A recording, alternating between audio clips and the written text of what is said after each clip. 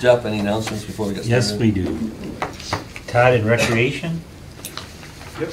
I just wanted to let everyone know that we will be having our Easter program, our Easter stroll coming up on April 8th, the day before Easter, the Saturday before Easter.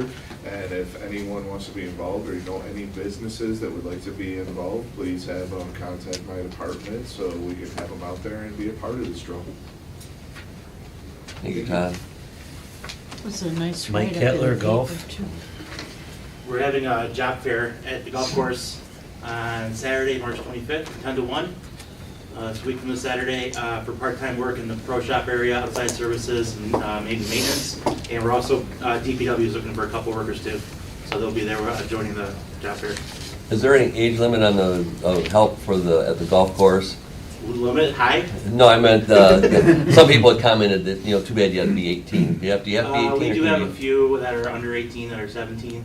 But to work any equipment or anything, you gotta be 18 to drive it. Okay, But we thanks. do have some card attendants that are under 18, and our junior golf help is usually under 18. All right, thanks, Mike.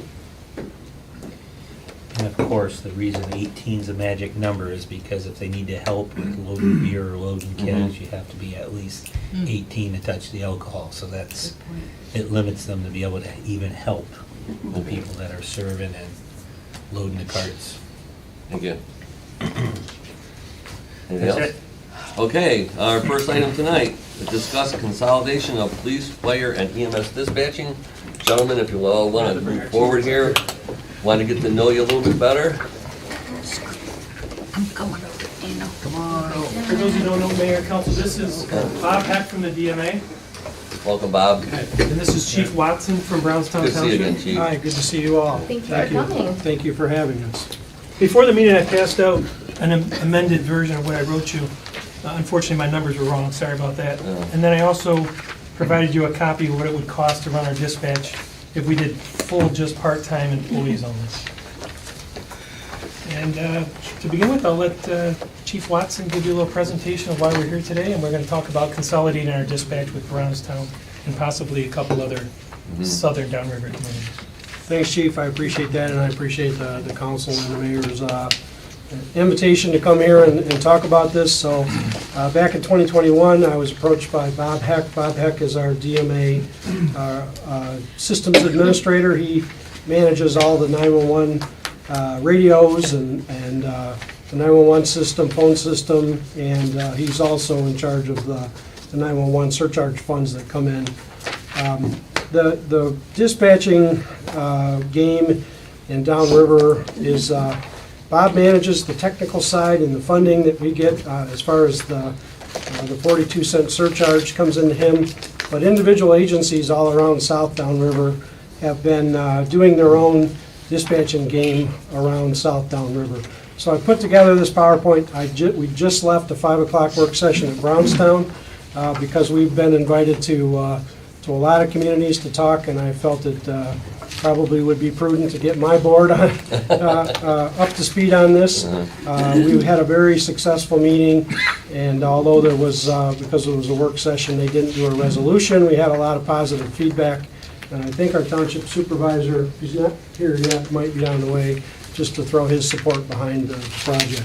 So what we're trying to resolve, just real quick, on page 2, we're all aware of what happened at MSU a month or so ago.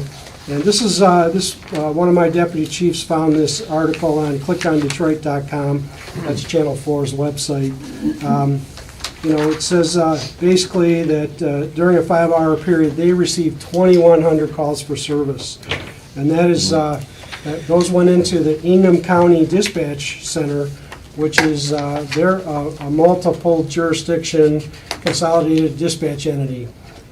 Most of the state is consolidated into larger dispatch centers, and they have more than one dispatcher working at a given time. Your chief here experienced a consolidation when he was over in Melvindale, I think out of kind of necessity with, you had a single seat PSAP and had some issues there. Your boss is here. Oh, Mr. Supervisor, thank you. Yes. He's here. There you go. So We can go through this real quick. I don't know how much time we have tonight. You got all night, we don't have to be anywhere till 9 o'clock. All right, super. I'll still read fast, though, so. There's no football there. If you can kind of follow along, I did have this on a PowerPoint, but I wasn't, you have better technology than I do at Brownstown at this point, so I wanted to make sure we could see it in case we couldn't hook it up. So the next page, what's the problem? We have 8 communities in South Downriver Mutual Aid. Basically, Brownstown and Riverview make up the north border from what we're talking about here tonight for this consolidation. And everybody south of us in Downriver Mutual Aid are included in this, at least in the time being. We have a lot of communities already behind us. We have a couple that we're working on. But, you know, Bob brought this to me in 2021, and he said, we're going to have a problem in the future. The state has had, on 2 occasions, they've tried to force consolidation through the legislature by mandating minimum numbers of residents that, you know, population that you served. And at the time, I think it was to phase up to 150 residents, or 150,000 residents. None of us individually in Downriver Mutual Aid can even reach that. So So say if you didn't have 150,000, you weren't gonna get that funding. you wouldn't get the Okay. 911 funding. Right. So,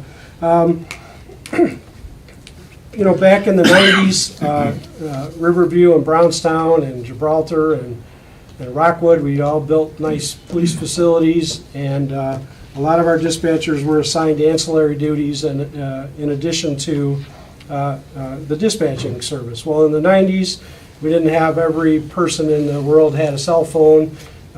We didn't get the number of 911 calls we get just for a simple traffic accident. Most people assume if you pull up past a car crash that I'm the first one that saw that. And everybody's going to call 911 until they see a fire rig or a police car there managing the situation. So our dispatch centers get inundated with help. When I say a PSAP, I'm referring to a public safety answering point. That's a dispatch center. And when I say a single seat PSAP, that means we only have one dispatcher on duty at any given time. Right now, in South Downriver, there's 8 dispatchers working in 8 different buildings all around the Downriver South area. That's not true in the north, with North Downriver, because they already consolidated back in 2009. This requires quite a bit of not only staffing, we could be way more efficient than that in Downriver based on the call volume that we get collectively. But it also requires that Bob has to manage and maintain connectivity to every one of those police buildings. That's the Comcast service that goes to those buildings. That's the computer switches. That's the screens, the 911 systems and the phones. It's just not an efficient model to keep this dispatch authority operating out of all these separate buildings. The next bullet point there, we can utilize, and the chief here, I'm sure both on the police and fire side would agree, that we do a really good job in the field with Downriver Mutual Aid helping each other out. If you have a big incident, we're coming, and I'm sure Trenton's coming, and everybody else around us is coming, especially when we talk about an active shooter event. You know, people from downriver were in Lansing on the day of the MSU thing. That's how many agencies responded to that area. So we can mobilize really good in the field to help each other out. The one place we can't do that is our dispatch centers. We rely on a single person in each one of these communities to manage those, the 911 calls, the police radio, the fire radio. So we're asking an awful lot of, and trust me, I'm not saying that we don't have good dispatchers. I think we have some of the best around. In fact, we share one, right? You have a really good dispatcher that's one of my full-time dispatchers. They do a tremendous job, but they're only human, and they're only one person in that environment. So when Bob approached me with this problem and said we can't continue to operate this way, as the chairperson of the Downriver Mutual Aid Police Chiefs, I agreed to help him work on this project. So DMA commissioned Mission Critical Partners to do a study, and I believe you all have seen that study. It's been floating around. And that looked at the entire Downriver Mutual Aid area as one large consolidated dispatch center. And it had some challenges, right? Because, number one, we have the city of Taylor that isn't willing to switch to our CAD system, our records management systems. The rest of us down here have the ability, we share a computer system already through the Sync Consortium. So that took out that aspect of it for South Downriver. But they commissioned this study. It didn't work out for the north departments because primarily they're already consolidated, the four big ones up there. You have Wyandotte, Lincoln Park, Allen Park, and South Cape that are already doing this. They see the benefits of this. And that So they one's in said- Wyandotte, right? That's in Wyandotte, right. So they said, why should we get involved in this? We don't need it, we already did it. So when that kind of fell through, I saw the need as, one of the South Downriver communities. How can we move forward with this, at least to do better than we are now? And a lot of you probably know Brownstown is a big police department. We built it in 1999, and it was built to house 100 officers, if not more. I'm at 38 right now. I'm not even 50% staffing, which means I've got lots of room in my building, right? I've got a workspace in there that Bob is willing to convert to house up to 8 dispatch seats. That will give us 4 that we would utilize in South Downriver and provide a backup service then to the North Downriver Central facility, should something happen at Wyandotte and they can't operate out of their building. And vice versa, they have room for them, for us up there, should we have a situation in Brownstown and we have to go up there. One of the things that stood out in that mission critical study, this is they're a nationally recognized consulting firm that this is all they really do is go around the country and help communities consolidate their services. So they're professionals, and we paid for a study and they gave us the answer. And this is a quote from the executive summary. It said, under normal circumstances, status quo is identified as an option. However, due to the staffing situation in the region, and they cite 83% of the PSAPs and DMA are single-seat operations, status quo is not a viable consideration. So they told us we can't continue to operate. That's on the record now, right? This is public document that could be shared anywhere. And by the way, in South Downriver, 100% of our PSAPs are single-seat dispatch centers. So the problem is even worse down here. In fact, we just looked at a national study that broke it down by states. And in the state of Michigan, there's 14 single-seat dispatch centers remaining. 10 of them are in Downriver Mutual Aid Group. So Is it safe to assume we have the same issue staffing the 911 centers as we do with getting officers? I can tell you, I'm hiring 2 dispatchers right now. Not 2 of ours, I hope. No. Remember, I have one of yours already. I'm hiring dispatchers right now. We had 43 applications. I'm not going to have any difficult time staffing our dispatch center. And a lot of people know about this, right? So one thing that an operation like this offers dispatchers that they can't get in a single-seat environment is a chance to have a career path that goes beyond the dispatch side of it, right? Because now you need supervisors, you need trainers, you need, eventually there'll be a PSAP director. And as we get farther into this, you'll see that this is like a 3-phase plan, right? So we're in a situation where we're in the vast minority of the whole state when it comes to operating in a single-seat environment. We've had a professional firm come in and say, you can't continue to operate like this. I see things, and I know John really well. We see things, and I know things that keep me up at night are, when am I going to be standing next to my township supervisor explaining why something failed? And we saw it happen in Uvalde, Texas, with some failures in an active shooter situation. I don't want to be that guy that has to explain to my community why things failed. And also because I'm 32 years in law enforcement, I fix things. When I see things are broken, I try to come up with a solution. Gets me in trouble with my wife all the time, by the way. But I try to fix things, and I see this as a problem for not only Brownstown, but all of us in South Downriver. So what's the solution? Well, like I said, it's a three-phase proposal. Phase one, because the original idea was to bring this together in a downriver mutual aid-wide plan, put them all in one building and dispatch for all of downriver. We already told you why that didn't work for the north communities. Well, what can we do in the meantime? That was going to be, we would change the employer would be DCC. They would provide the HR services. They already have HR. They already have a management team that could manage all that. They have finance, they have payroll. So the plan was to build this and let DCC take over that, and then it would be a cost-sharing model from the communities to DCC. Well, when that fell through, I said, you know what? I need to fix this for Brownstown, and I think I can help a lot of the other, South Downriver communities and partners with this. Because I have the space, I talked to Bob, I talked to the DCC council, and I said, why couldn't we do this out of our building just for South Downriver in the meantime? And we said, there's nothing keeping us from doing it. So I proposed to, what I just proposed to my township board and the township supervisor, who's graciously here to show his support, was that we maintain the HR, the payroll. We maintain this as they would be Brownstown employees until we could get to phase three a few years down the road.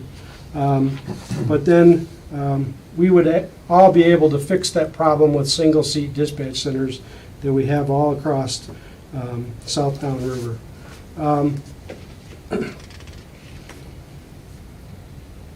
We would manage this by bringing on additional full-time and part-time staff to accommodate this, and I think I mentioned we're not having a shortage of applicants to come and work for us. One thing I told Bob when he wanted me to get involved in this, I said, I will help you and I'll support this, but we can't do it on the cheap. We all know the issues with staffing and trying to do this. So even with the original DMA plan, Mission Critical looked at the Brownstown wage and benefit model as the best in class that they proposed that we offered to all of the DMA employees, because you have to attract people in this environment or you're not going to be successful. That would be phase one. Phase two, we need to work on our 911 surcharge. Currently, the Wayne County collects 42 cents. It's mandated by the state from every phone line in the county of Wayne. That's cell phones, landlines, and out of that, Wayne County is in the 16th percentile of what they charge if you have a dispatch center. 47% of the communities charge at least $2 per line. 83% of the counties charge 42 cents, and 58% charge at least $1.50. 83% charge more than 42 cents. 58% charge at least $1.50, and there's 18%. There's more people that pay the full $3. $3 is the cap that the state put on it. You can't charge more than that. That's typically in your rural areas where the population's not great. You don't have as many lines, but you can charge all the way up to $3. Bob has calculated, looking at what we have now, and if we could get the 911 surcharge up to around $2 or maybe between $2 and $2.50, we would generate enough revenue to make this 911 system a standalone system. There would be no more cost sharing amongst the communities. He would be able to get enough funding to provide the staff, the payroll, everything that we originally planned for Downriver Mutual Aid. Would that be voted on by, the residents involved, or does it have to be county-wide? Well, we spoke to the Attorney General's office recently, Kurt Kovalak, who's the DMA legal. We've heard of them. Yeah, Kurt's around.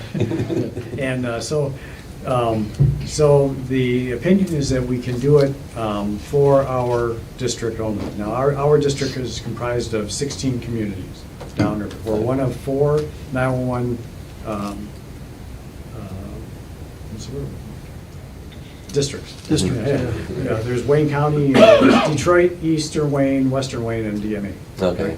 So if we are successful in getting the written opinion from the state that says we can do this for our district, the goal is to get it on the ballot in 2024, possibly, what do we say, August? August of 20, August. there's a primary The election. primary election during that time. And if we can get it raised to about $2, we can take that burden of finance away from all of the. So there'd be significant savings for every For everybody, community? yeah. Okay. Right. We'd be able to fund this completely, and including the building and the projects. And this is all landlines and cell phone lines?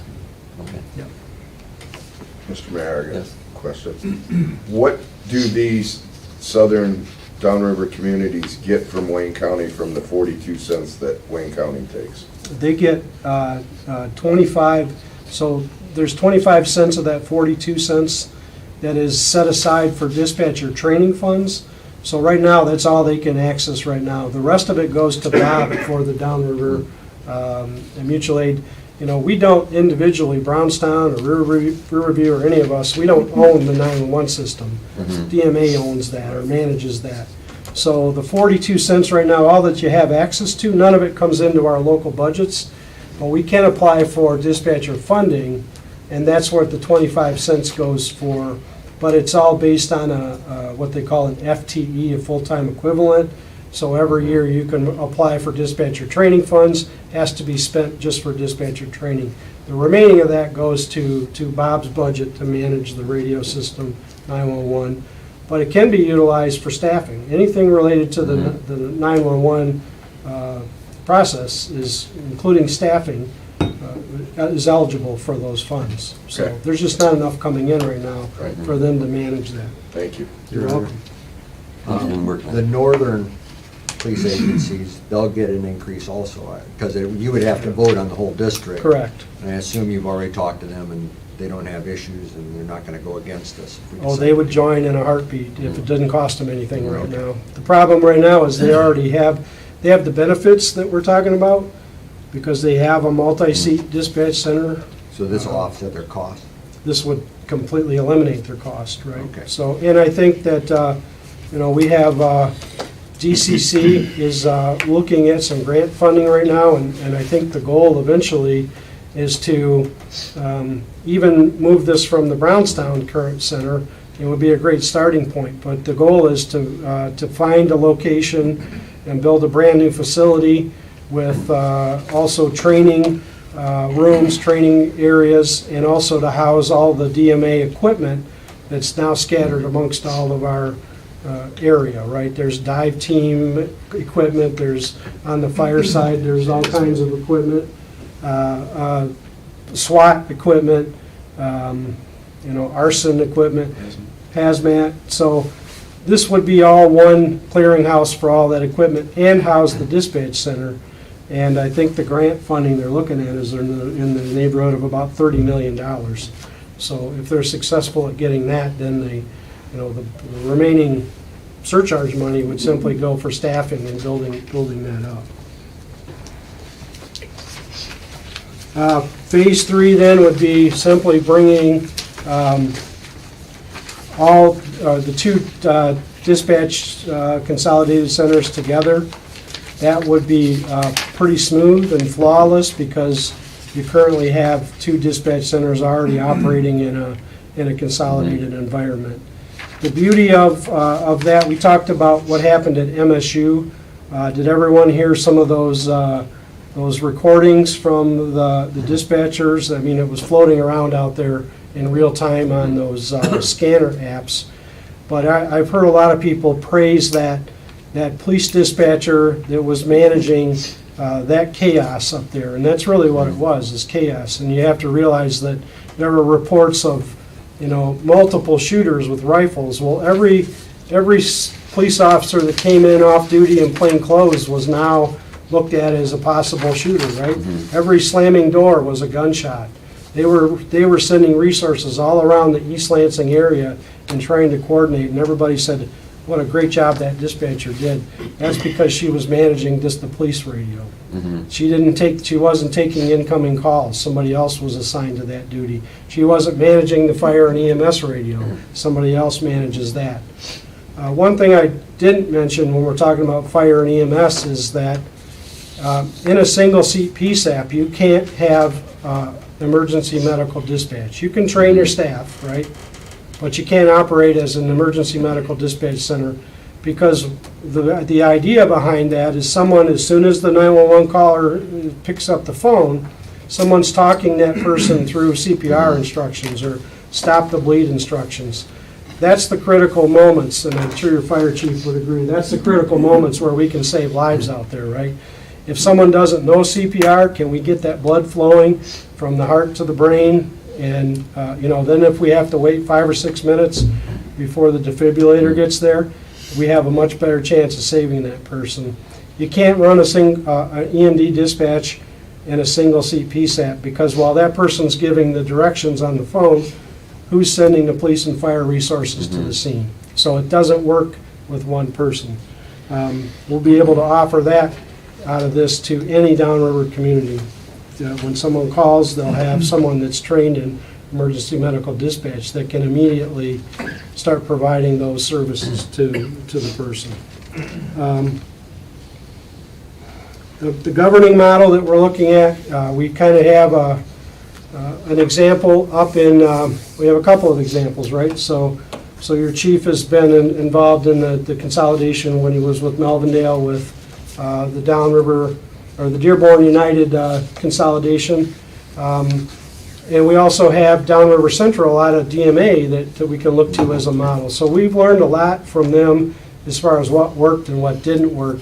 And what we are proposing would be, this would be managed and each community would have input through a representative, very likely your police and fire chiefs from each community, that would sit together on this board and establish the original operating procedures, and then make sure it continues to run smoothly for all the communities involved. We need buy-in, and we need the stakeholders to be at the table, to help direct and manage this. So this would be a board of police and fire chiefs put together from all the participating communities to help make those decisions on how this operates moving forward. One of the things we need to do right away would be to standardize our operating procedures. There wouldn't be tremendous change, but obviously, we need to standardize the way things go out. On the fire side, I don't think it's an issue with Riverview, but some of the paid-on-call departments had concerns about the paging system. They didn't have the 800 pagers, and DMA is willing to provide anybody that doesn't have the 800 paging systems that joins the consolidation with those the resources, so that we can do that in a single unified way across all the fire centers. So that would be phase 3. There are going to be challenges, right? I wanted to be honest and upfront and put this out there. Number one, I think one of the first things that the chief said to me is, "Will you take my prisoners?" And That's my I first quickly question said right no. Quickly. But I said I know somebody who might, right? So, Flat Rock is, they manage a jail and they want to keep that jail open. And Flat Rock has already agreed to take, not all, but some of the downriver pre-arraignment prisoners. Just a little background on that. Almost every other county in the state has the ability, if you lock somebody up before their arraignment, you take them to the county jail and you drop them off, and then you go back and do your work. Because we were in Wayne County, they won't take pre-arraignment prisoners. That's why we all had to manage these small jails all around downriver. So how do you manage the ancillary duties? What do you do with your administrative lines coming in? How do you manage your front desk? There are solutions to all those, but those are things that I've got too much on my plate to work out, and I trust that your professionals here, your two chiefs and the board would, or the city council could come up with some solutions to those. On the admin line side, we do plan to take them if you want us to. There are some communities that don't want to send their admin lines. Those are the ones that aren't 911. So if you pick up and dial the regular number, typically they go, right now in our building, they go to a phone tree, and everybody, it doesn't take them long to figure out, hit 0 and it goes right to dispatch, right? But some departments want that to come into their building, like the city of Woodhaven, they're on board and they want to manage, they have command officers that they want to keep in their building. They want them to be able to screen their calls when they come in, so that a command officer can say, well, that's not something, it's not a police matter, so we're not going to send the car out. But if they do want to send a car, it's just a simple matter. Those aren't emergency calls, it's a simple matter of hitting the transfer button. It would ring in our building and a dispatcher would say, okay, I'm going to send a Woodhaven car over to talk to you. So there's lots of ways to manage this. The technology is, it's designed to operate this way. We hear, all the little challenges about, well, Gibraltar, are you going to know where the Horse Island Bridge is? Yeah, we know where the Horse Island Bridge is because, number one, almost all of us once were Brownstown, right? We all are a piece of Brownstown. But our dispatchers, being one of the only 2 agencies with full-timers, they've been the place where other communities look to and, to manage this. And so the 911 system and the mapping system works tremendously. We have the resources in there in just in a matter of seconds.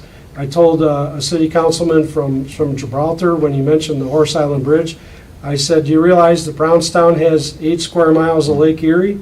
And by the way, we have, a majority of the duck hunters that decide to overload a 10-foot John boat every year.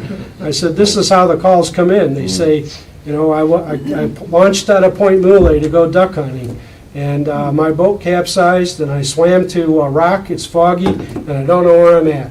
And our dispatchers are able to get a 911 or a coordinate, get the coordinates and send resources right there. It's always in Monroe County, right? Because they swim to the Banana Dike Wall and climb up there.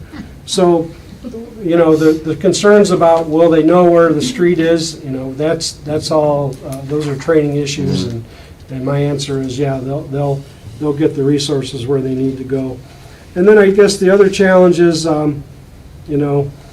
educating your community on the benefits of the dispatch consolidation.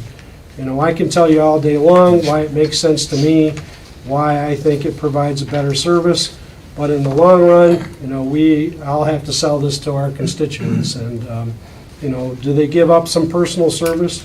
Yeah, if you're the car that calls, or you're the resident that calls and says, this is Joe on Maple Street, and your dispatch knows Joe on Maple Street, you don't even have to ask a lot of questions, they send a car. But as a trade-off, when that resident is calling and they seriously need help because there's some critical incident going on, they're going to get the professional service of a consolidated dispatch center. So there will be challenges, nothing that we couldn't all overcome if we work together and try to get through it. The last page, second to the last page, I'll caution you that these are preliminary numbers, right? My finance director is still working through the things that I didn't think about, right? So these numbers are based on 2022's calls for service on the cost sharing side, but on the budgetary side, they're from my 2023 budget, what it cost me in 2023 to operate. So when I talk about year 3, that's year 3 at 2023 cost. So it's not adjusted for inflation, but I wanted to be able to explain what I'm proposing as the cost sharing phase in, right? So one of the things that I'm aware of is that, we have an annual budget year that's January 1st, and I assume that, every community is going to have some differences in their budget year. And I know that this is happening fast, and we didn't have a lot of time to think about this and budget for it. So what I'm proposing is that my current dispatch budget for 1 year is about $620,000. And what I'm saying for year 1 starting is that I'm not even looking to share that entire cost with the rest of the communities that get involved, because I want to get buy-in and I want to see it happen, and I think there's some benefits on the operations side for Brownstown. I'm willing to keep that budget floating I mean, if this goes south just before it happens, then I need to have a budget to maintain my dispatch staff as it stands right now. What I'm proposing is that would be year one, we would continue to pay our current budget amount.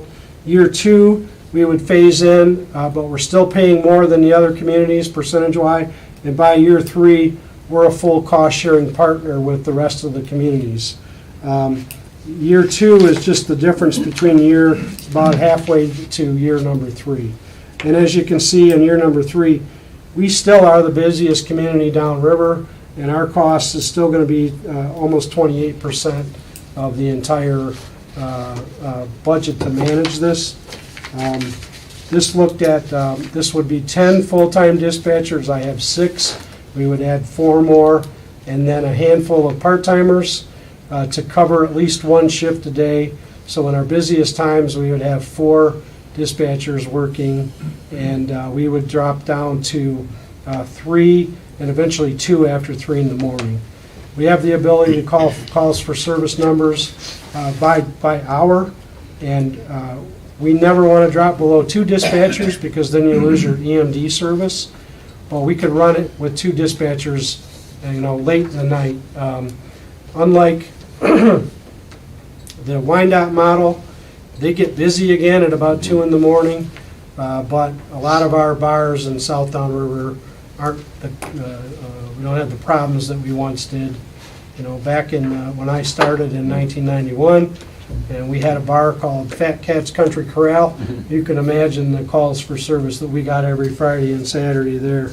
But we don't have that problem now, so, we can look at staffing levels and be able to maintain it with way less staff than we can right now, because we have to have 8 dispatchers all the time around downriver managing this.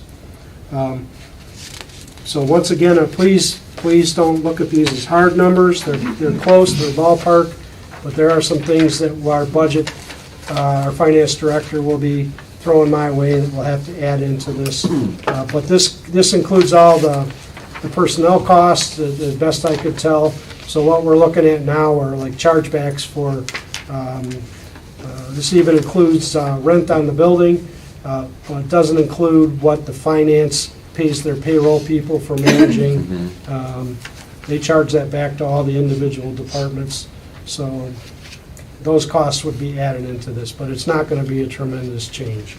But, and obviously before we move forward with anything, there's an interlocal agreement that we're working on. We're just, I guess, trying to sell this in concept to each city council to take back to your constituents to, get buy-in from your community.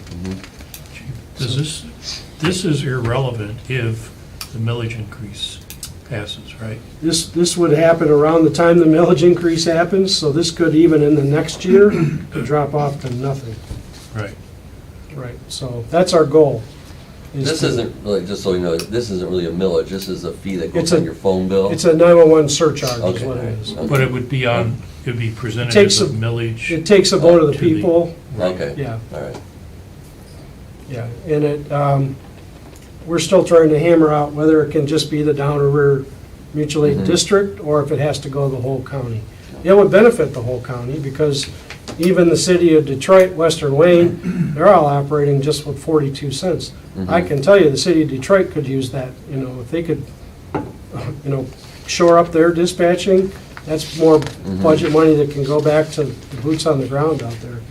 So, but we're looking at all those options. In the next week, we have meetings with county commissioners to get their buy-in on it.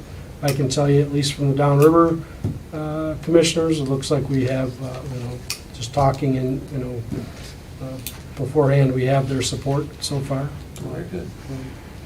I have a Any question. questions? Go ahead. If all of these cities don't opt in, does the price obviously then, I would assume, increases? Well, we could, at some point, depending on what we need staffing-wise, we could lower our staff cost to adjust that as well. But I'll tell you right now, we can check them off. We have Flat Rock, we have Rockwood, we have Trenton, and we have Woodhaven, and obviously, because I'm sitting here, you have Brownstown.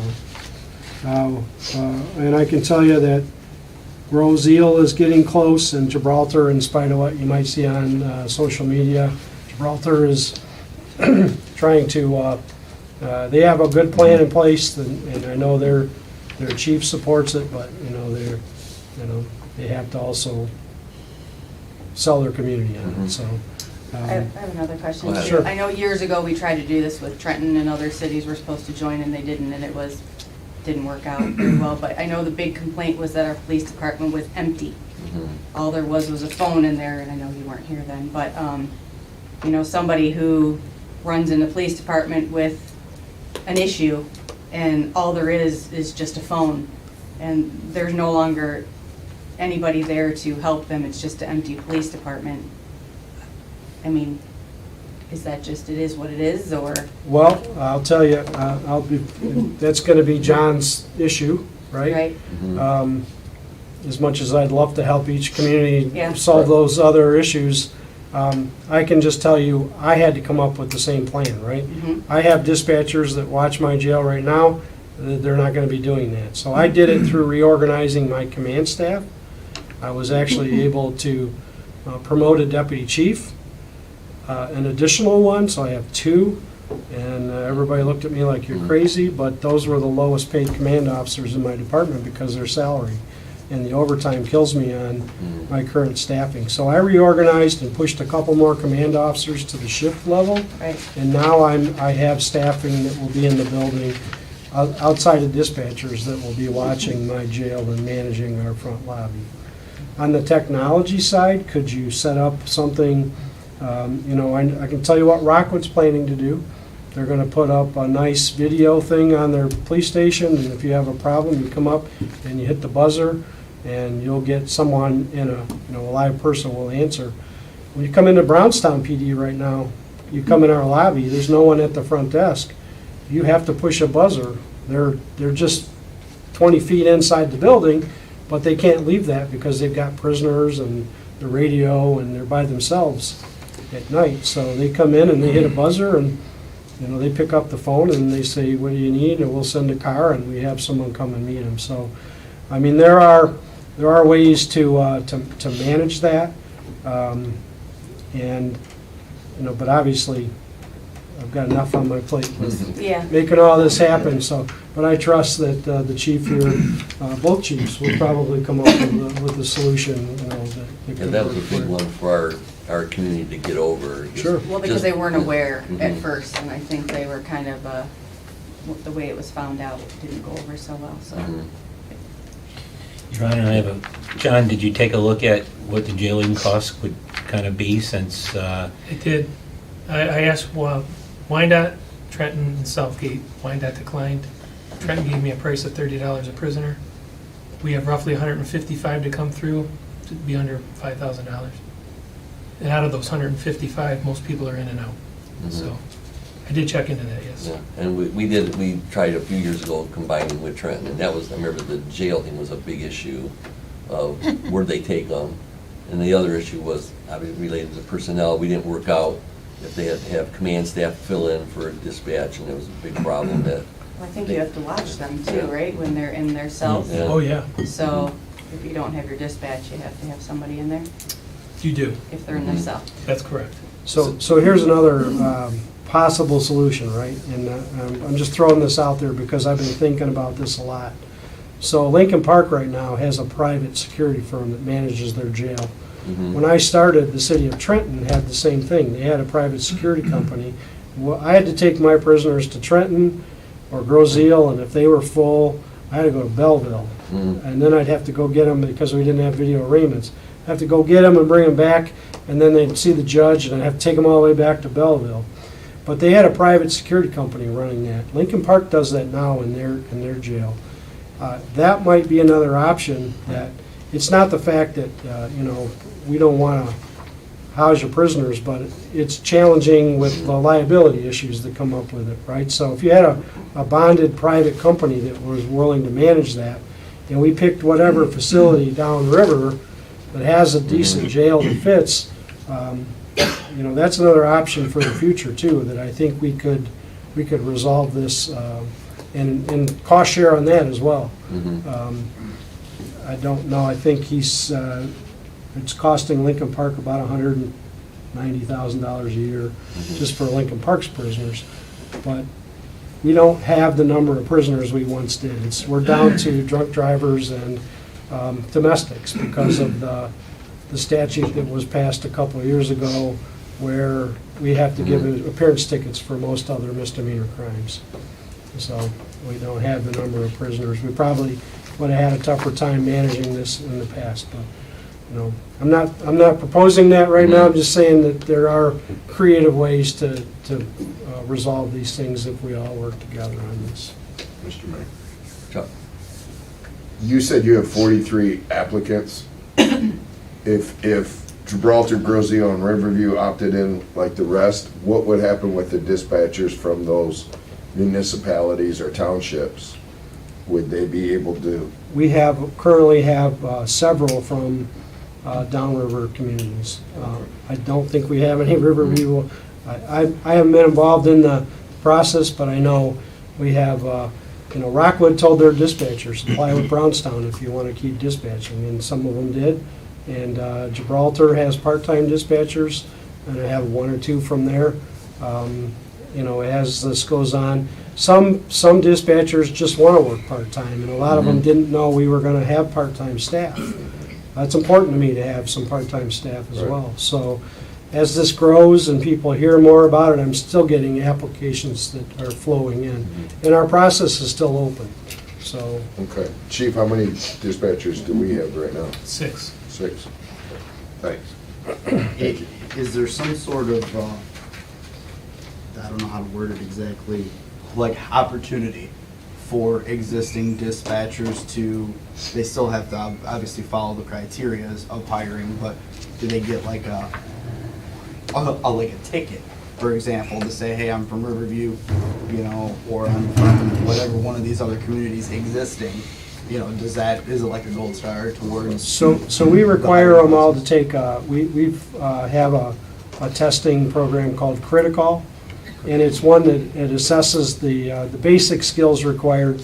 What we found over the years is that we have great people that look good on paper, but when you put them in that environment and you can't multitask, that they're going to fail pretty quickly.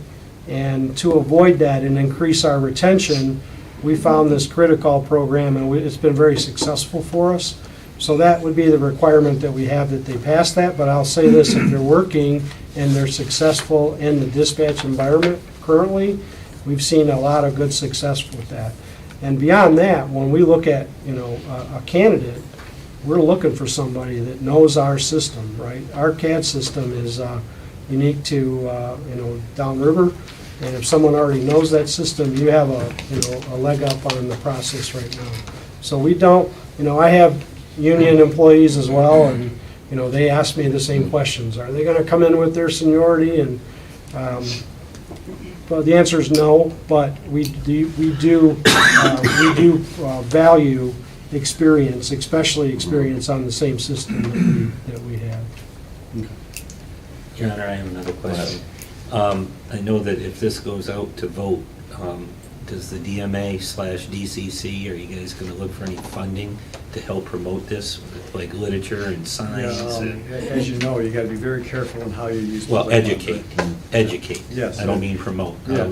I'll reshuffle that term to educate the public. We have some plans that we haven't triggered yet, but yeah, it has to be donated money and that sort of thing, so we have lots of partners we're reaching out to for that effort. But yes, we intend to really get behind it and help people understand what this is all about. And I guess as a little, I've experienced a millage in Brownstown last August. And, obviously Bob and I will be, Bob actually planned to retire in April, and I threatened to put a GPS tether on it. So Bob has agreed to stay on to consult for just the 911 dispatch consolidation project. But, I've got some experience with what it takes, and you do have to fundraise, but I'm optimistic that we could sell it to the community. Monroe County did it about 5 years ago, up to around $2 mark. And they're managing it well down there. So we've got we have buy-in from our current dispatch staff too, by the way. They're excited about this because of what we talked about. I've been in discussions with our union about this, and, this is coming, this is gonna happen. And I guess I've told a lot of other communities here, I have enough now to build this. I don't need any additional communities to make it happen, but I also don't want to leave anybody hanging out in the wind either. I know that we're going to probably have the majority of South Downriver, if not all of it, eventually, and nobody wants to be that last community standing.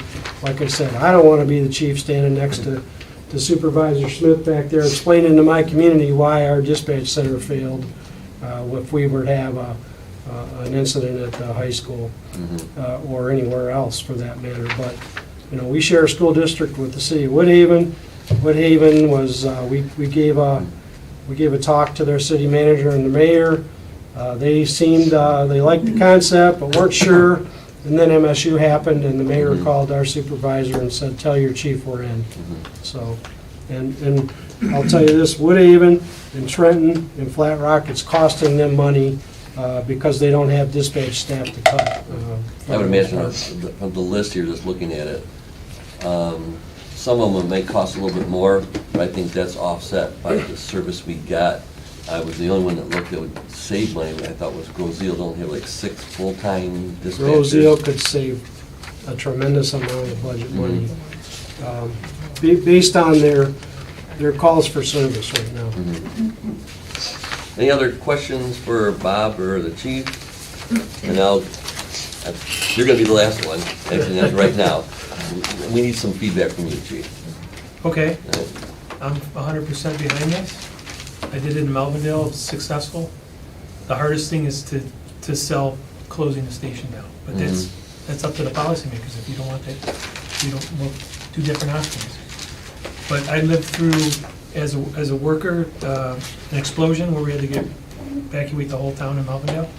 I lived through an active shooter, and both times our 911 system, it was inadequate. The person did a good job. You're only one person. So, and we contracted our jail with Dearborn, which worked out well. So I don't see a downside to it. I see an upside to it. The only downside I see to it is our 6 employees that we have. I understand they're people and that they have lives to live too, and they just found out about this last week, that this was being thought of, so. Yeah, I don't see a downside. Like I said, I've lived it. We've put a phone outside in Melvindale for our residents in Melvindale, and that's how we utilize services after hours. But nowadays, people have cell phones. How many times you walk in the police Well, department for that anything? was my next question, is, and I don't know if we have any numbers from when we did it with Trenton. How often do you really get people coming into the station during the nighttime? Not very often, but we all know that takes just one person Yes, that I needs get a it. problem, and it's a problem. So I understand that, but that would be my suggestion, would be to not close it, we open the lobby up, but there'd be a service in there for somebody to call the police if they needed police services. And certainly we have lieutenants that work, they'll still be in the desk area, but if they have to go on the road, they go on the road. It's much easier to manage a situation from out on the street as opposed to on the phone trying to dictate. I'm not there to see what's going on to make a best judgment. So, and we all know if we just had an incident on Huntington Street where Chief Watson said, we do a great job of getting there. But that poor person on the phone has to contact everybody, and then other phone calls are coming in, other things are happening. It just takes one time to get overwhelmed. But I did a question, what's the timeline for this, Chief Watson? What would be the timeline for Riverview if Riverview is interested in this? So where timeline is now at the mercy of Bob's ability to get the space built out, right? So we can, right now I have an extra seat in my dispatch center, so I could probably manage Rockwood and Gibraltar, or maybe even Rockwood, Gibraltar, and Groseal. But if I take on a Riverview, or if I take on a Trenton or a Woodhaven, now I'm beyond that 2 seats that I need, and so I have to have the space. So I think we're already having furniture companies come in. There's not a lot of renovations that need to be in there. It's gonna be a secure space. They won't have access to the lobby. It's right in the center of the building, and the space is there. Bob is looking at doing the right things to provide it. It'll be a professional space. We've got office space in other parts of the building that they can utilize. We've got a full kitchen. We've got locker room, locker space. So we've got all that stuff that they need. It's just a matter of how quick can Bob get the seats built in there. And as soon as that happens, we're ready to bring you on. I'm optimistic in saying by the end of 2023, we'll have most, if not all, the communities that want to come involved in this. So I hope to start 2024 with all of us on board. Oh, yeah, there's a lot of heavy lifting that goes on. If you guys are on board, there's stuff that I need operationally to do, so. Why wait for primary of 2024? Is there no general, I know we have an election in November. I think that was the concern, that it's expensive to have an election outside of a Not a primary. countywide. Yeah, so, and my guess is even though we're trying to get this for our own district, right, the old our 911 district. But once the other 3 districts see that we're having some success with support, I think you're going to see them say, I want in. And so then it will be an entire county ballot, which I think is fine, like Chief Watson said. I think it's a good idea for everybody. But we felt, Kurt Koblak and I felt that we need to focus on our district first, help our agencies the best we can. And if it morphs into that, that's fine. We'll support it just as hard if it's all of us. And it's not really, just speaking from someone that just went through a millage, we always thought we had more time than we did, and it came down to crunch time. So we'll probably need every minute that we can to have a successful campaign to make this happen. Councilman Workman. I'm a strong advocate of this.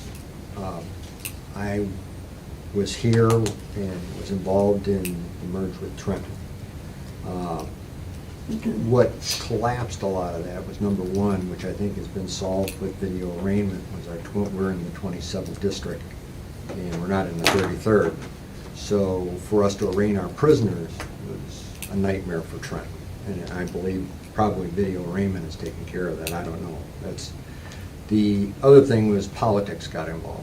And there was some change in politics, which they wanted it to fail. It was working, things were working okay, things needed to be worked out, politics got involved, and it became a nightmare. I'm sure all of you have worked dispatch. I have. And anyone can work dispatch when it's smooth. But when the crisis comes, and you're the only one in there, it's a nightmare. And until you've done that, you have no clue. You need 4 or 5 people. It's just crazy. You got cars screaming for help. You got people running this way. Cities calling you. Do you need help? It's a nightmare. So just for public safety alone, I'm an advocate of this, and always have been. But I'm sure you guys will be able to work the whole thing out. I know. Are we still on New World System altogether? Still. Yes. So I mean, that's just a flick of the switch, and you guys are up and running. So. I think it's We've got the city of Taylor right now and the city of Ecorse that have both reached out and said, we want in. And we can't take them because they don't have our operating system. And in the case of Ecorse, they want to try and get it, but that takes a long time. It's probably a year or 2 out.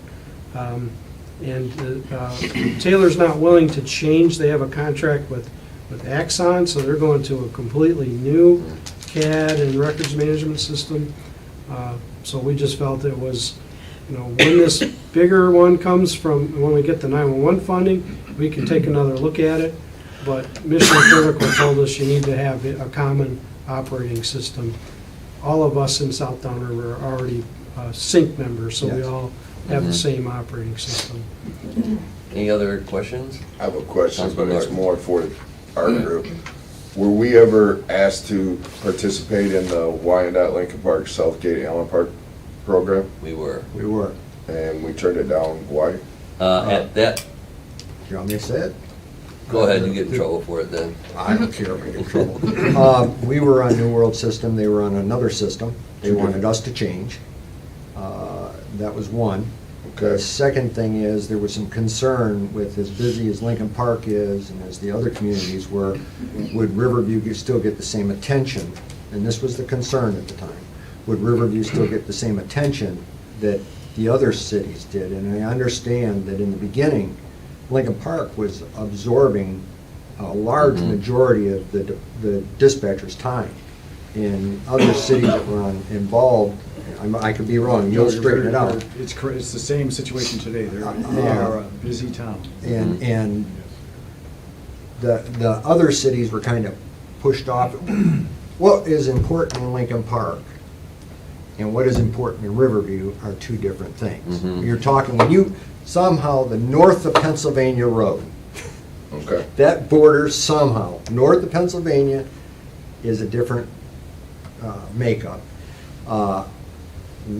Some things that are very important to us south of Pennsylvania Road are not important at all, or near as important, north of Pennsylvania Road. So what happened was, we were concerned due to police things and all that, that our interests were not going to be addressed as importantly as the others. So it was again, political. Just, so two different systems, Two different systems. and Different some priorities. municipalities a lot busier.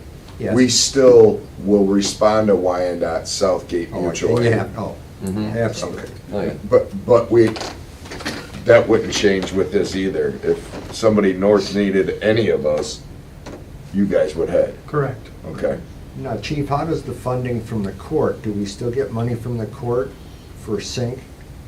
No, we do not. Do not? We're Okay. not currently working on that aspect. Okay.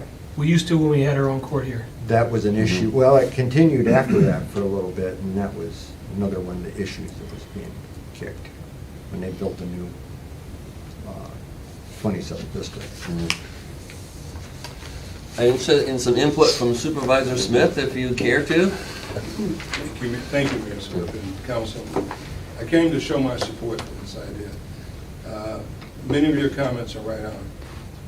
I did not have a barometer for what a dispatcher did until the chief took me up and showed me. I was absolutely amazed. We have a lady there, Teresa, who has worked for us for 21 years. She works 12 hours a day. She browns bags for lunch. I saw her jockey the phones, answer 911 calls, watch the jail, watch all the cameras, you know? I couldn't do that job. I need to do jobs that have an eraser on a pencil. You don't want me doing that job. But I told her, I gave her a hug that day and told her, I said, you're my new hero, because you are the true first responder. Her alacrity in calling and answering phone calls when a person is disoriented because they've had an accident. They don't know north, south, east, west. She has the ability to say, where are you at, what's around you, and quickly get the people there. That helps. Let me say this, I love my officers. They love me and my firefighters. I'm cooking corned beef for them tomorrow. So, but it's safer environment for them too. And it's better deliverables for our citizens. I was talking to Mayor Odette, Chief's right. We sat in there, we listened to Scott, their chief, and they had some points they wanted to deliberate on until MSU happened. Those are our babies. If you don't fight for your babies, what do you fight for? That's how I feel. You know, I can't change the situation. I don't like it. When I went to school, I'm old enough that we hid under the desk from nuclear attacks from Russia. Okay? And we had fire drills. We didn't have active shooter drills. But that's what we are now. Okay? We can't change that, but we can change the way we respond to it. And right now, we're all sitting with the single seat. You know, if you have something like that happen, they can't respond. They have difficulty responding. John's right. Councilman, you're right, absolutely. To me, this is a no-brainer. Downriver is one community. If something happens, we're all coming together. Because just like I said, those are our babies. Doesn't matter if they're here in Riverview or Brownstown, they're our babies. So it's up to us. That's how I look at it. That's why I'm here. Thank you. Appreciate you being here too. Any other comments, questions? Thank you very much, gentlemen. Much appreciated. Thank you Again. so much. you. Yes. I'll throw it out there to everybody. Yeah. My door's always open if you have questions or concerns. The chief knows how to get a hold of me. I give him permission to hand my cell phone number out to you folks. I like how you clarify. I'll say, I think you're lucky that you have a chief that has been through this before, so he knows where the Yes. loops are, right? So he Mhm. knows what to do Yeah. for you to make sure this is smooth. Mhm. So And for us, like Councilman Workman and Councilman Blanchett, when we went through it, when we were considering partnering with Wyandotte and that didn't work out, and then we did with Trenton, that didn't work out. So, it's not there as any hesitancy, but we just want to make sure we're going in the right direction. And we're confident you guys got all the, maybe not all the right answers yet, but The can councilman teach here us. mentioned what a tough job it is, just so for the record. I took the critical test and failed it miserably. I know I couldn't, I'm not cut out for that either. It truly takes special people. Mhm. And by the way, Mr. Supervisor, they're well aware of Teresa. 'cause, Okay. We share her with Oh, okay. Riverview. Thank you, guys. Thank you. Thank you for your time. Thank you. Thank Thank you, gentlemen.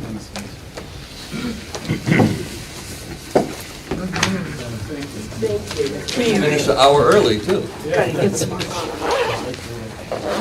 We're gonna be leaving. We're done, yeah. Yeah. Yeah, we got, She's just, Have a night, you guys. Thank you. we got Thank you. updates, engineering updates. That's it. Yeah, And that's it? Okay. Yeah. They won't take long. All right, update, special project report, Jeff. Yes, Ohio. Oh, Good evening, Dave. everyone. Things are starting to move. We still are doing the lead services replacement with the joint contract with Wyandotte. Pennsylvania Avenue, they just mobilized to replace the water main. They'll be following that with the Breland and Wendy Court. The relief sewer, we're working with the MDOT staff on the revisions to the sewer line. And otherwise, we're doing lots of site plan reviews. Thank you, Sal. Including the gas plant. Just received the revisions today, we jumped right on them. Oh, very good. When do you expect that to be online? They're hopeful to have it online in September and commissioned by December. And so when they say commission, it's one thing, right, Kevin, to be up and running, but it's another to be certified by the state to create MMBTUs for gas line quality, pipeline gas line quality. So there's a little lag in there. I know that in some instances it's taken longer, in some instances it's been shorter, but a 90-day period is pretty normal to get it commissioned by Eagle, saying that they're ready to go. Very good. Thank you. Thank you. Dave Skirdo. Yes, thank you. Good evening, too. Paramel is still going ahead with their expansion plans. They met again to provide us another draft. This Thursday, the Planning Commission has taken their first reviews of 2 cannabis businesses, as well as the Dunkin' on that former Denny's site. Dave, just for the information the council did, Paramount put in for another IFT for their new Not expansion? yet. Okay. Oh, is that the one that would become before the EDC Brownfield Authority?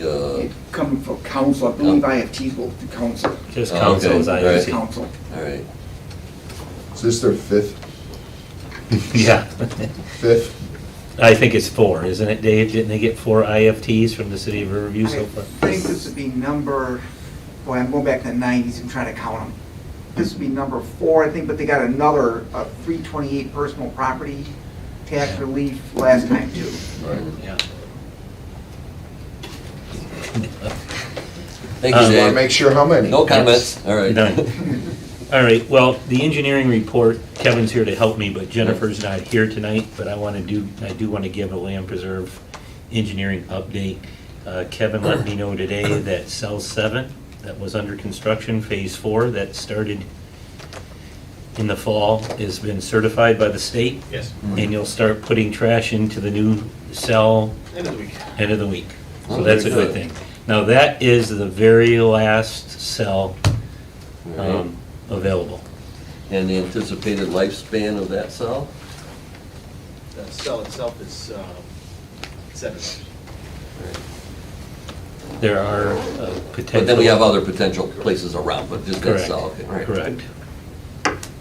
But that's the last Uh-huh. one where you'll have trucks in a production cycle. They'll stage them in different areas, so. Let's see, what else do we have? The leachate PFAS treatment plant, we kind of put a hold on that. We did expend some money, but we do have a binder for a potential build-out, but we kind of put the vendor on hold. We weren't happy with some of the results, what they bid, and so we're working through that still. It's not a complete loss, but we have decided to put them on hold before we waste money. To be totally honest with you, sitting on the DUA board and they spent millions and millions of dollars for something that still doesn't work, I had that same intuition, and I thought, before we get down the rabbit hole, we should just back off and see where we're gonna really be. So that's where we're at with that. And then the last thing, the spring gas well drilling project that the committee approved last month. Kevin, did you sign the bid documents today? Yes, Kevin signed the bid documents today, so that spring will go out to bid. So that definitely, we'd love to have it done before Mother's Day, when everybody plants flowers. And for sure, before Memorial Day, before everyone opens their pools. Because there will be some intermittent odors during the day when we drill the wells. It won't be all night, but during the day. And at that time, Kevin and I will be putting out emails to all of our neighbors, letting them know what's going on. They seem to be more informed, and when those residents of those other cities call their city hall, they're able to explain what's going on, so. And we'll put it out through our Facebook and our stuff too, so, for our residents, so. There is a chance, an outside chance, that project could be doubled what we really bid out, because we'll be talking to DTE, and if they want to pay their own monies to expand it, to increase the gas That flow. benefit them, right? Correct. And should they want us to potentially share in that, there'd be a 7-year from now kind of payback period before it even starts, because we need the revenue and not the cost, so. I will throw that out to them, that we're gonna start this bid, and if you're interested, Kevin, make sure you mark that note down, so that. We've discussed it. Oh, you have already? Do they have any interest, or? They say yes, but we'll see. Okay, all right, very good. Thank you. Till the checkbook opens. Right. Yeah. All right, and that's all I have. Did I miss anything, Kevin, as far No, as? that's it. Okay. Okay, any other business council wants to bring up at this time? I had one quick question. Go ahead. The bridge over the Franklin Poet Drain on Grange, on the northern side over there, I'm getting a lot of complaints, the higher traffic flow due to Allen being Yeah. closed right now. It's taking a beating. It is bad. So I was just wondering if we have any plans for any patching soon? or- That's a county bridge. I That's our know, friend Joe Palmera. Let's call him. Yeah, you know how that goes over. Yeah. I believe that does not accept our. He still needs a call. We'll make sure he gets notified. Yeah, Okay, Thanks for the thank you. reminder. You know, the best But of it my, is a county bridge. That's what I thought. the best of my knowledge, didn't they say something like the fall? It's not gonna be done until like Thanksgiving time or something like that? All I know is I get the patching schedule every day from him, and it's never on it.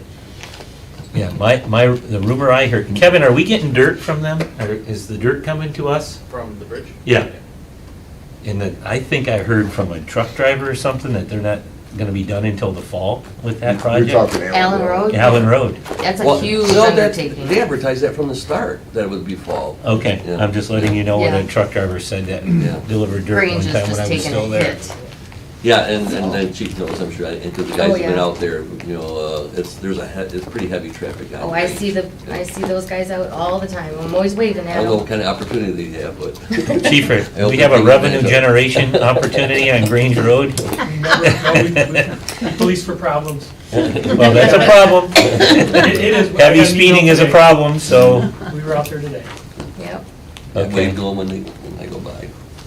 I slow down, then wave to them. Okay. Now it's time for public comment. Anyone from the public wishing to say anything? Okay. We are done. Thank you. Good night. Thank you.